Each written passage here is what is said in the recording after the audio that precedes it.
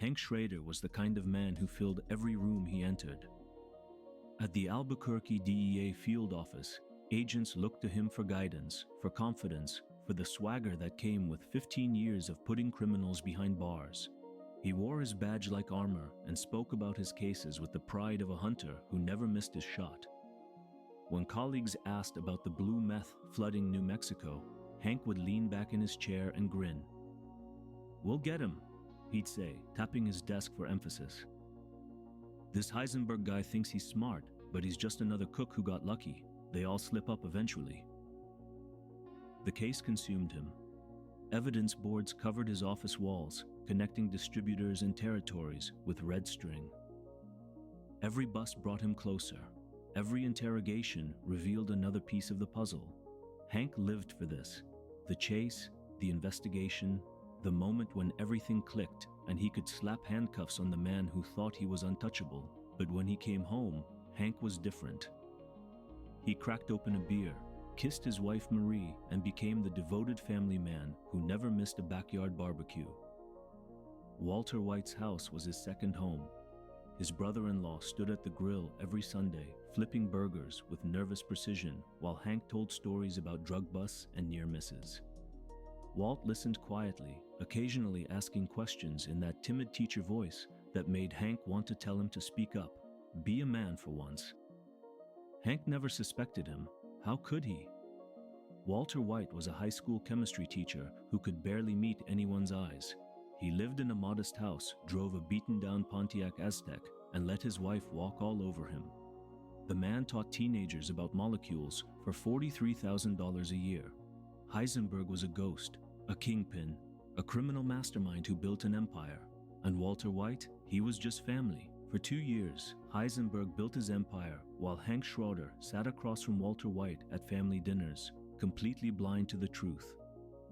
The irony was suffocating.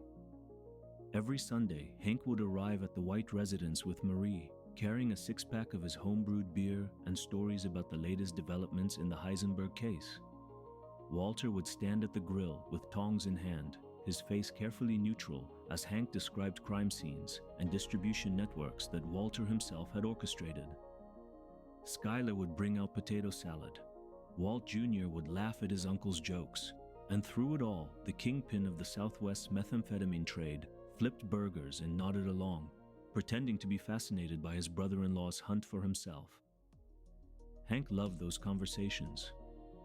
He'd lean back in his lawn chair, beer in hand, and walk Walter through his theories. "This guy's got chemistry knowledge, Walt. Real knowledge, not some dropout cooking in a trailer. He's producing the purest meth the DEA has ever seen. 99% pure, maybe higher. You believe that?" Walter would shake his head slowly, asking careful questions that made him seem curious, but never too interested. "How do you track someone like that?" he'd ask, and Hank would explain the surveillance, the informants, the patterns they were searching for. Walter absorbed every word, learning exactly where the investigation was headed so he could stay 3 steps ahead. At the DEA office, Hank covered his walls with photographs and reports. Blue meth seizures across New Mexico, Arizona, and Colorado. Distribution networks spreading like cancer through the Southwest. Every bus led to another question, another dead end. The dealers they arrested knew nothing about Heisenberg except that his product was untouchable and his identity was a mystery. Hank's frustration grew with each passing month, but so did his determination. This case would define his career. This was the one that would make his name legendary in the DEA. Meanwhile, Walter cooked in a super lab buried beneath an industrial laundry, producing millions of dollars in product every week. He'd arrive home in the evening, kiss Skyler on the cheek, and ask about her day, as if he'd spent his own grading chemistry tests instead of synthesizing methamphetamine in bulk quantities. The duality became automatic. At school, he was Mr. White, the soft-spoken teacher who let students walk all over him. In the lab, he was Heisenberg, the man whose name made distributors and cartel members speak in hushed, respectful tones. The closest calls came during family gatherings. Once, while Hank was in the bathroom, his DEA phone rang on the patio table. Marie answered it, then called out that someone named Gomez needed to talk about a lead on a distributor in Los Lunas. Walter's blood had run cold. He'd just moved product through Los Lunas 3 days earlier, but he kept his face blank, kept flipping burgers, kept playing the part. When Hank returned and took the call, Walter listened carefully to the half of the conversation he could hear, already calculating how to cover his tracks before the investigation got too close. Another time, Walt Jr. asked Hank about the danger involved in chasing someone like Heisenberg. "Do you think he'd come after you, Uncle Hank? Like if he knew you were getting close?" Hank had laughed, that big booming laugh that made everyone else feel safe. "Kid, guys like Heisenberg are cowards. They hide behind layers of dealers and enforcers. He wouldn't have the guts to face me directly." Across the table, Walter had smiled and said nothing, even as rage flickered somewhere deep behind his eyes. The truth was simple and terrible. Hank was hunting the wrong man. He was searching for a monster in the shadows, never realizing the monster was sitting at his dinner table, asking him to pass the salt. The supreme irony of Hank Schrader's investigation was that he kept asking Heisenberg himself for help. It started innocently enough. Hank would bring case files to family dinners, spreading photographs and reports across Walter's kitchen table, while Skylar cleared dishes and Marie poured coffee. "Walt, you're the chemistry genius," Hank would say, tapping a lab report with his finger. "Look at these precursors. What would someone need to synthesize methamphetamine at this purity level?" Walter would lean in, adjusting his glasses, studying the very reports that documented his own work. Then he'd offer carefully measured insights, accurate enough to seem helpful, vague enough to lead nowhere. The synthesis process would require precise temperature control, Walter would say, his voice taking on that professorial tone Hank found reassuring. "Probably a reflux condenser, high-grade glassware, someone with formal training, definitely." Hank would nod enthusiastically, writing notes, never noticing how Walter's suggestions always pointed away from the actual methods he used, away from the industrial laundry, away from Gustavo Fring. The manipulation became an art form. When Hank discovered Goldbeutisch's notebook filled with detailed chemical formulas, he brought it straight to Walter's classroom. "This is graduate-level stuff," Hank had said, excitement barely contained. "The guy was brilliant. Look at these notes, WW, written everywhere in the margins." He'd handed the notebook to Walter, watching his brother-in-law's face for recognition, for insight, for anything that might crack the case wide open. Walter had held the notebook with steady hands, though his heart hammered against his ribs. He'd seen these notes before. Gail had written them while working beside him in the superlab, documenting every technique Walter had taught him. The WW initials scattered throughout the pages were references to him. Walter White, the teacher Gail had worshipped. But Hank didn't know that. Hank couldn't imagine that. WW, Walter had said slowly, as if thinking aloud. Could be initials, could be shorthand for something chemical, or... He'd paused for effect, then snapped his fingers. Walt Whitman. Gail seems like the literary type based on these notes. Walt Whitman wrote extensively about chemistry and science in his poetry. He'd watched Hank's face light up with the possibility, watched his brother-in-law latch onto the misdirection like a lifeline. "That's brilliant, Walt," Hank had said, already pulling out his phone to call the office. "I'll have the team cross-reference Whitman references with known associates." Walter had simply nodded, handing back the notebook that should have ended him. The closest call came when Hank needed someone to help track a GPS coordinate connected to a methylamine shipment. He'd asked Walter to ride along, claiming he needed the company and the conversation would help him think through the case. Walter had agreed because refusing would have seemed suspicious. But as they drove through Albuquerque, as Hank narrated his theories and suspicions, Walter realized with growing horror that the GPS coordinates were leading them directly to the industrial laundry, directly to the superlab hidden beneath it. Every turn brought them closer. Walter sat in the passenger seat, hands clenched in his lap, mind racing through impossible scenarios.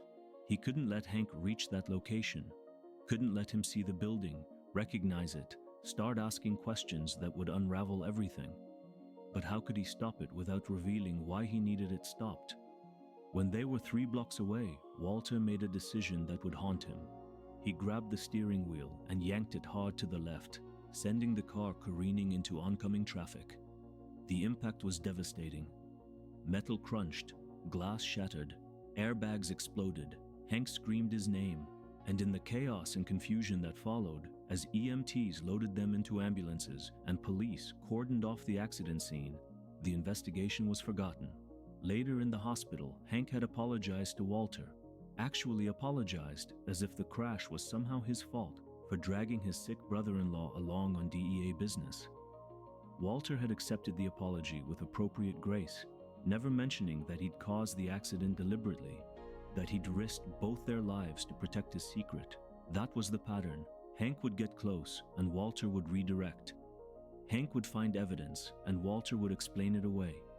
Hank would ask for help, and Walter would sabotage the investigation while appearing to assist. The irony was suffocating. The greatest DEA agent in Albuquerque kept handing his case files to the very criminal he was hunting, trusting him, relying on him, never suspecting that every conversation was a masterclass in deception. And Walter played the role perfectly. Concerned brother-in-law, helpful chemistry consultant, devoted family man. All while the empire grew, the money accumulated, and Hank's investigation spiraled further from the truth. The world ended for Hank Schrader in a bathroom. It was a Sunday afternoon in late summer, the kind of perfect Albuquerque day that made backyard gatherings feel effortless. Hank had arrived at the white residence with Marie, carrying his home-brewed beer and ready for the usual routine: good food, family conversation, maybe some jokes at Walter's expense about his terrible taste in cars. Everything was normal. Everything was comfortable. Everything was exactly as it had always been. After lunch, Hank excused himself and headed to the bathroom.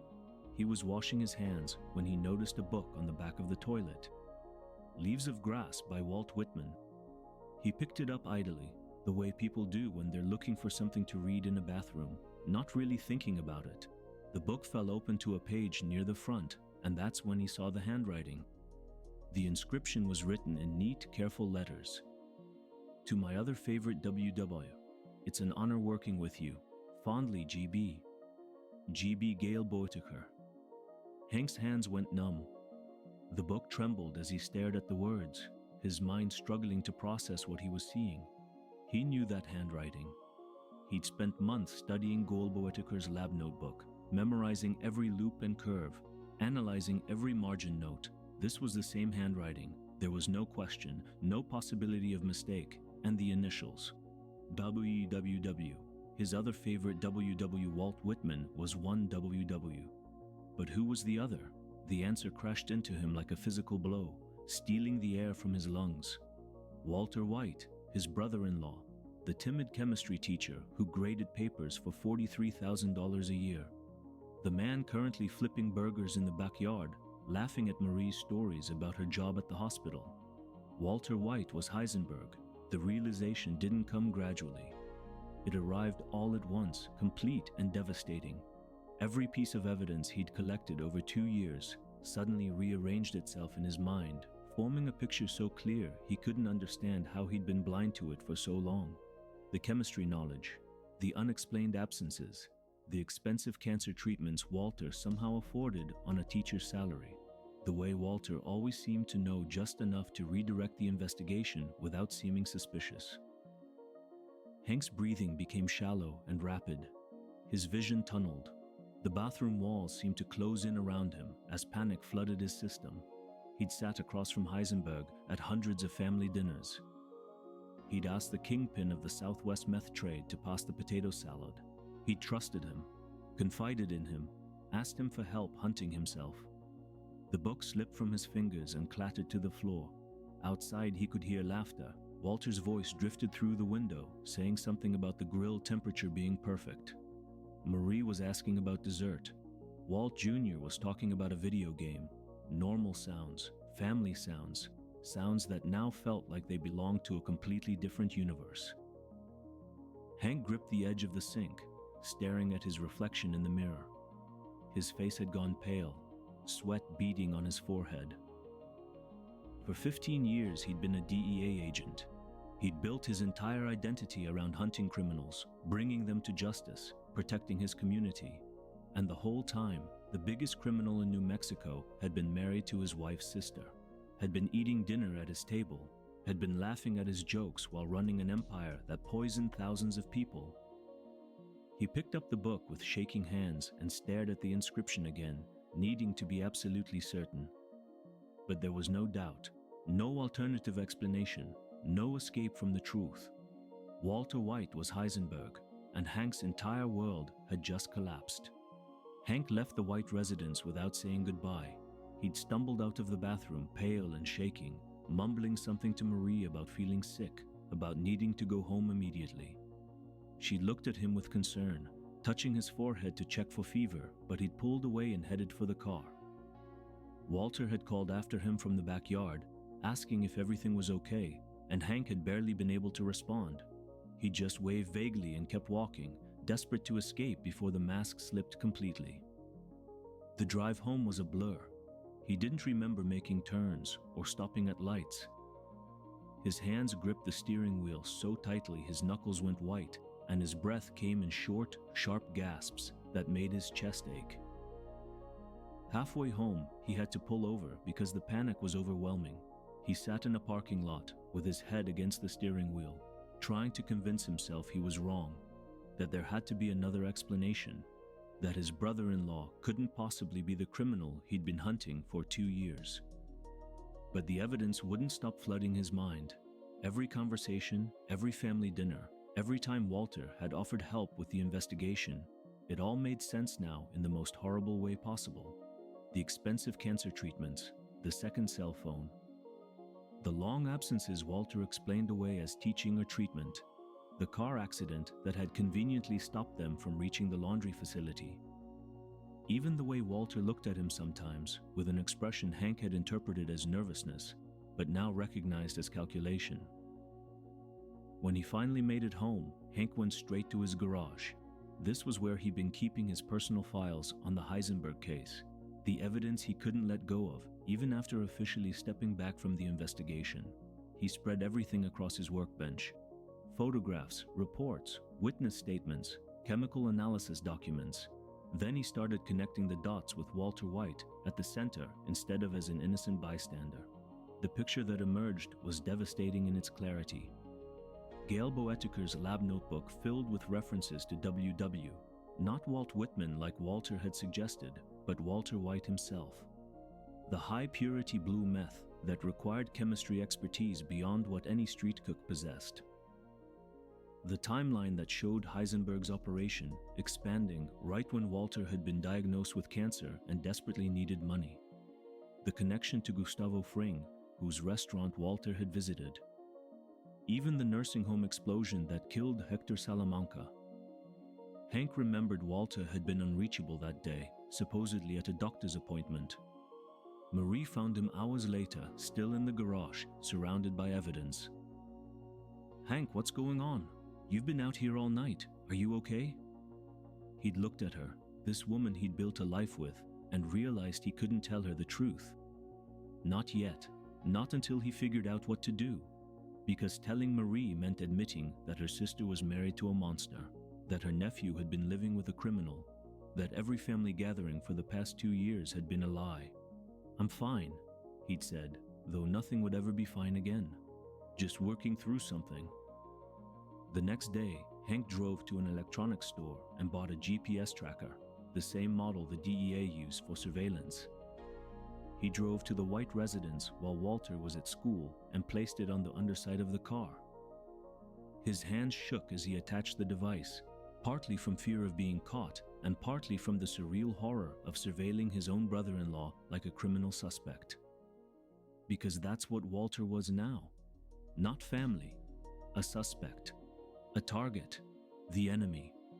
For days, Hank watched the GPS data, tracking Walter's movements, looking for patterns that would confirm what he already knew. The tracker showed trips to the car wash Walter supposedly owned, but also unexplained drives to industrial areas and meetings at odd hours. Every ping of data was another nail in the coffin, another piece of proof that Hank's entire world had been built on lies.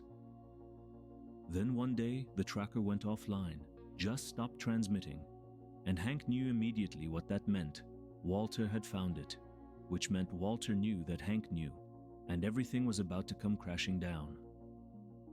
The confrontation happened in Hank's garage, where the walls were lined with tools and memories of a simpler life. Walter arrived unannounced, pulling into the driveway with the kind of deliberate calm that made Hank's blood run cold.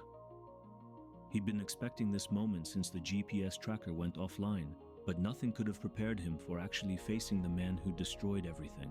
Walter walked into the garage, holding the tracker in one hand, his expression neutral, almost curious. "You know you're going to laugh," Walter said, his voice carrying that familiar teacher's cadence. "But I have to ask you about this. I found it on my car. Looks just like the GPS tracker we used on Gus Fring back when we were tracking him together, doesn't it? You wouldn't know anything about this, would you?"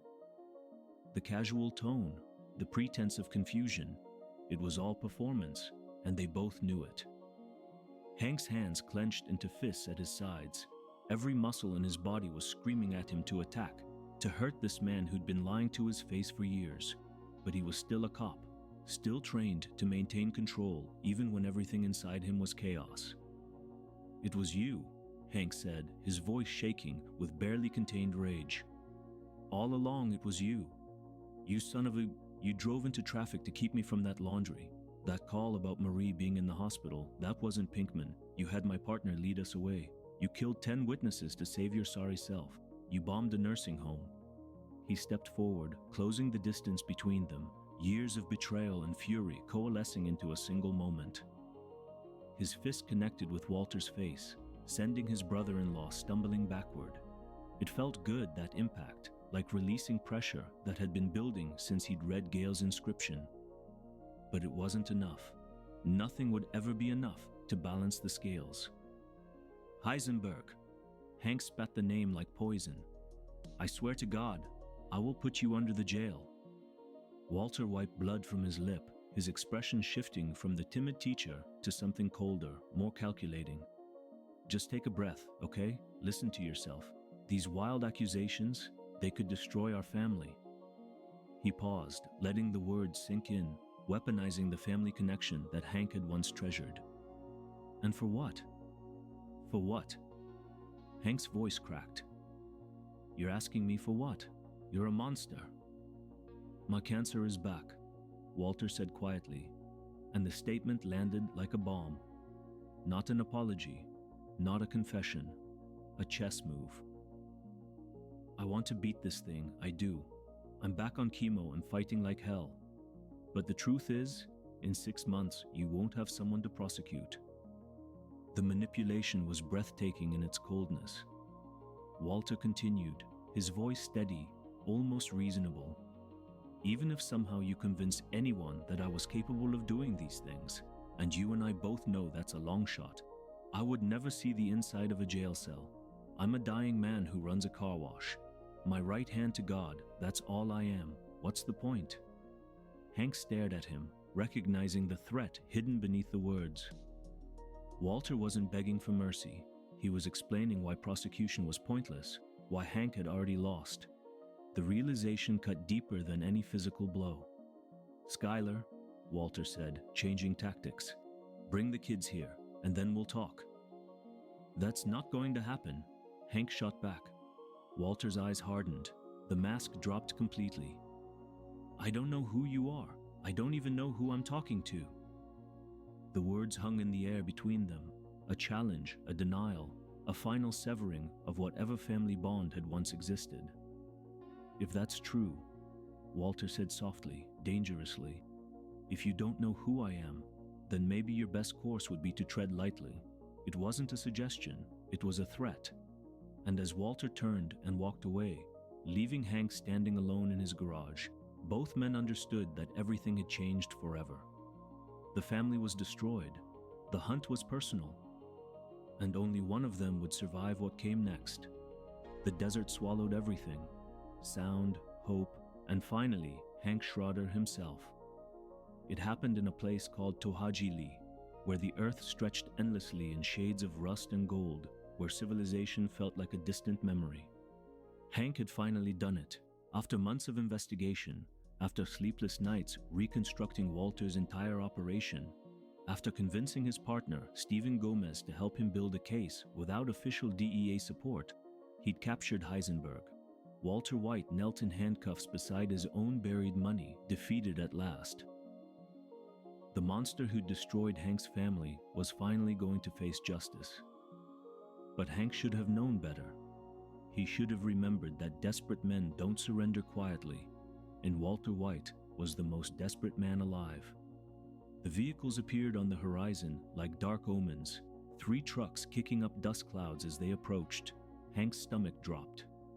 He reached for his weapon, shouting at Gomez to take cover, but he already knew how this would end. He'd seen enough shootouts in his career to recognize when the odds were impossible.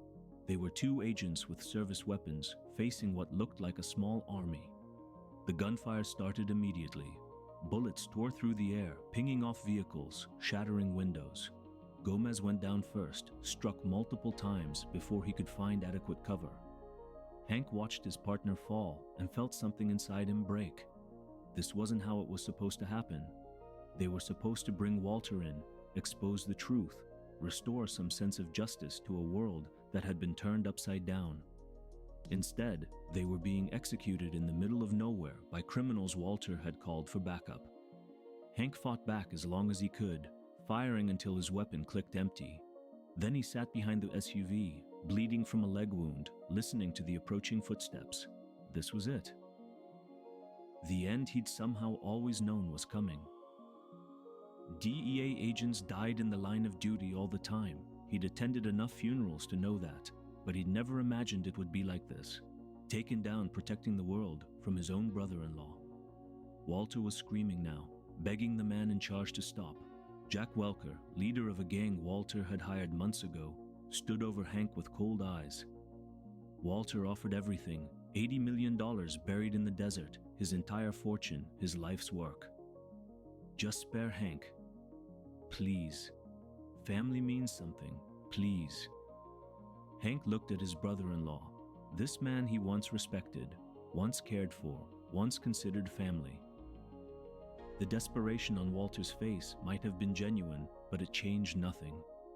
Walter had made his choices long ago, and those choices had led them both to this desert grave. "You're the smartest guy I ever met," Hank said, his voice steady despite the gun pointed at his head. He looked directly at Walter, needing him to understand this final truth.